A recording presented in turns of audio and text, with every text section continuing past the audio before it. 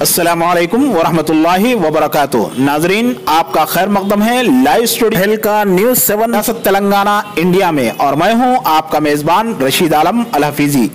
आज जिले आदिलाबाद के जैनूर मंडल में तेज रफ्तार DCM गाड़ी ने 7 साला मासूम बच्चे को रोन डाला।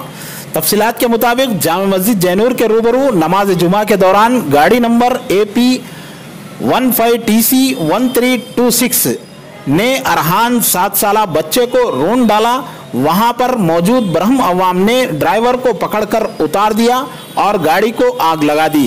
बाद अज़ां ड्राइवर को पुलिस के हवाले कर दिया गया। आईनी शाहिदीन के मुताबिक अरहान नामी लड़का मस्जिद में जाने के लिए सड़क उबूर कर रहा था कि अचानक तेज रफ्तार DCM ने बच्चे को कुचल डाला। बच्चे ने बरसरे मौका बिला किसी आवाज के दम तोड़ दिया।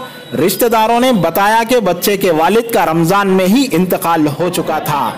तब से बच्चा अपने नाना शेख अली के यहाँ जैनूर में मुकीम था।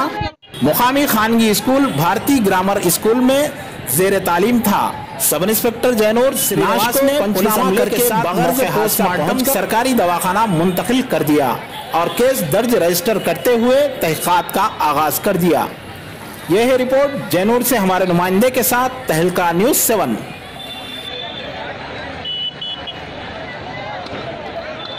साहब करेक्ट।